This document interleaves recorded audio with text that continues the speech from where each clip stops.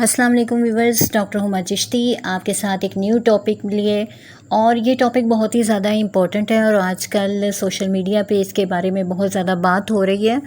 और मैं बात करूँगी निग्लेरिया फ्लोरी के हवाले से, जो एक वायरस है और ये इंसानी जो दिमाग है यानी सेंट्रल नर्वस सिस्टम की सीरियस इन्फेक्शन का बायस बनता है और इवन कि डेथ कॉज कर देता है।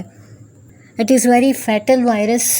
तो इसके हवाले से मैं चाहूँगी कि आपको अवेयरनेस दूँ और थोड़ी सी प्रिकॉशंस बताऊँ। तो इस हवाले से ये वीडियो अपलोड की जा रही है। नए आने वाले व्यूवर्स से रिक्वेस्ट है कि वो चैनल को सब्सक्राइब कर दें, लाइक करें, शेयर करें और कमेंट सेक्शन में अपनी राय का इजहार ज़रूर कीजिए। तो बात करेंगे निग्लेरिया वायरस के हवाले से।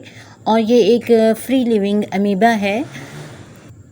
कॉमन वर्ड्स में इसको ब्रेन ईटिंग अमीबा भी कहा जाता है, दिमाग खाने वाला कीड़ा कहा जाता है इसको।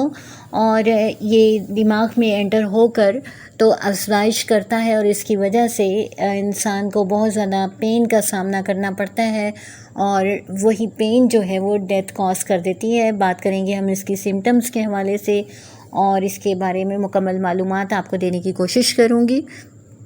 जैसे कि आप न्यूज़ में भी सुन रहे हैं कि कराची से निग्लेरिया वायरस के तकरीबन 4 केसेस जो हैं रिपोर्ट हुए और ये चीज़ वहाँ पर ज़्यादा बढ़ गई है। लेकिन अभी रिसेंटली 2 से 3 दिन पहले की बात है कि एक और केस रिपोर्ट हुआ और वो लाहौर में हुआ। बात हो रही थी लाहौर के हवाले से। तो लाहौर में ये बताया जाता है कि 30 इयर्स ओल्ड जो है वो पर्सन था जो केस का शिकार हुआ और बॉडी बिल्डिंग का ट्रेनर भी था। ये स्विमिंग पूल में नहाने से उसके साथ ये हुआ कि वो मुतासिर हुआ। और यहाँ आपको बहुत ही इंपॉर्टेंट एक बात बताती चलूँ कि ये बहुत ज़्यादा फैटल है और डेथ रेट इसका जो है 100% तक हो जाता है। सबसे अहम बात यह है कि जो मेडिकल एक्सपर्ट्स हैं उनके हवाले से बात की जाए अगर, तो ये चीज़ सामने आई है रिसर्च में कि अमेरिका के बाद पाकिस्तान इससे मुतासिर होने वाला सेकंड मोस्ट जो कंट्री है वो है। ये वायरस कहाँ होता है, कैसा होता है, इसके हवाले से बात करते हैं। तो ये वायरस सॉइल में यानी कि मिट्टी में होता है और वार्म फ्रेश वाटर में होता है। यानी आजकल गर्मियाँ हैं तो गर्मियों के सीज़न में ये होता है और ये जो फ्रेश यानी पानी होता है, ताज़ा पानी में मौजूद होता है। तो याद रखिए जितने भी ओपन लेक्स होती हैं, झीलें, समंदर और ये तालाब होते हैं, स्विमिंग पूल्स होते हैं, वहाँ पर बात लेने से पहले इस चीज़ का आपको पता होना चाहिए कि इसको डिसइंफेक्ट किया गया है या नहीं, या इसके अंदर क्लोरीन डाली गई है या नहीं, इससे प्योरीफाई किया गया है या नहीं। बिकॉज़ यही इंटॉक्सिकेशंस जो उसके अंदर मौजूद होती हैं और इसी में डेवलप कर जाती है ये चीज़। तो फिर ऐसा है कि ये ज़िम्मेदारी है महकमा सेहत की कि इसमें रोल प्ले करें और जो भी ऐसे एरियाज़ हैं जो नहरें हैं, बिकॉज़ देखें गर्मी का इतना ज़्यादा मौसम है और इसमें ऐसा होता है कि बहुत सारे अब हर कोई अफोर्ड नहीं करता कि वो यूपीएस लगवाए घरों में या फिर ऐसा कोई जो है वो एसी सिस्टम हो या कूलर।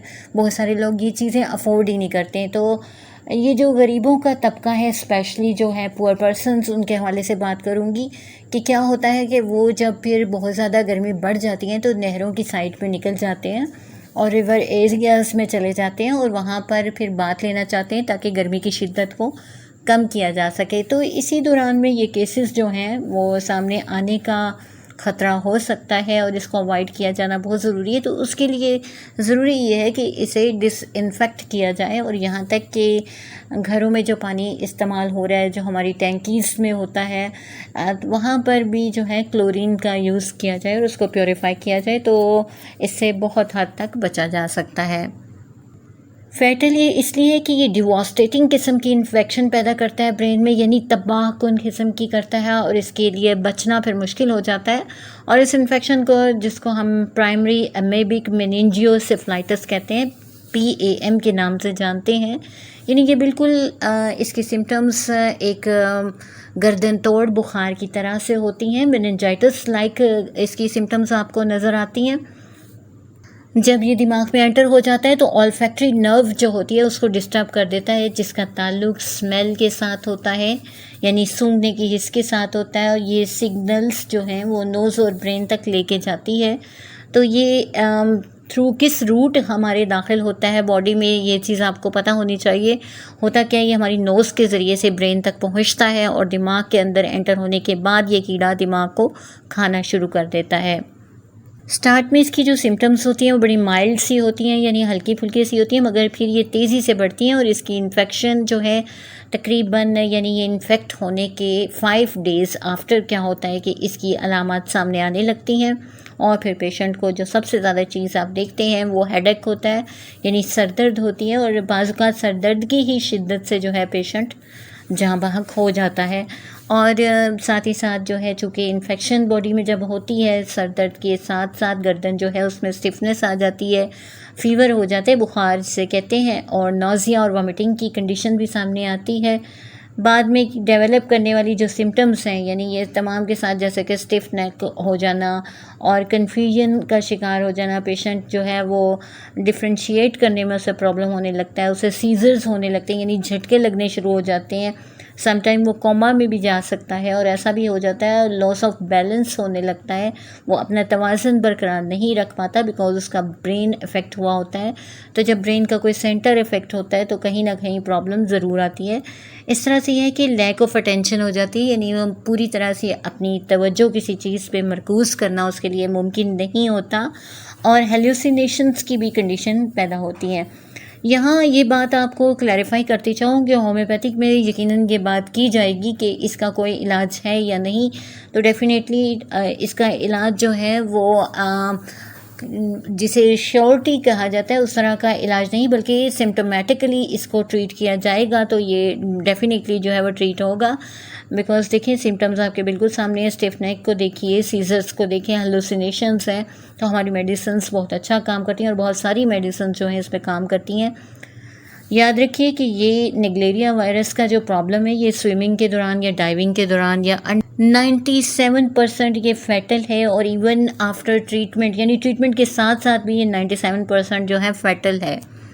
इसके लिए अवॉइड कीजिए कि अगर आप स्विमिंग करें तो आपको ये पता होना चाहिए कि जहाँ पर आप स्विम करने लगे हैं या डाइव करने लगे हैं वो वाटर जो है वो साफ़ है और डिसइंफेक्टेड है।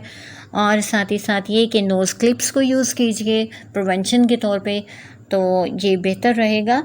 डायग्नोसिस के हवाले से आपको बताती चलूँ कि स्पाइनल टैप या फिर लंबर पंक्चर करवाना पड़ता है उसके CSF को चेक करने के लिए कि कहीं सेरेब्रोस्पाइनल फ्लूइड में इसकी अफजाइश तो नहीं, या ये एंटर तो नहीं हो चुका, ये चीज़ देखनी पड़ती है। इसके अलावा निगलेरिया टेस्ट जो है वो किया जाता है, वो पॉजिटिव आ जाता है तो पता चल जाता है इसका कि पर्सन को ये प्रॉब्लम है या नहीं है।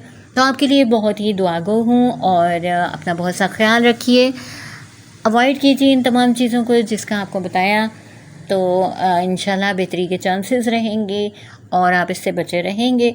ये अवेयरनेस के लिए दी गई ताकि आपको इल्म हो कि किस चीज़ को अवॉइड करना है और कहाँ कहाँ हम लोगों को इससे बचने में जो है वो मददगार हो सकता है। तदाबीर आपसे शेयर की। आज के लिए इतना ही, किसी नेक्स्ट टॉपिक तक के लिए इजाज़त दीजिए। अल्लाह हाफिज़।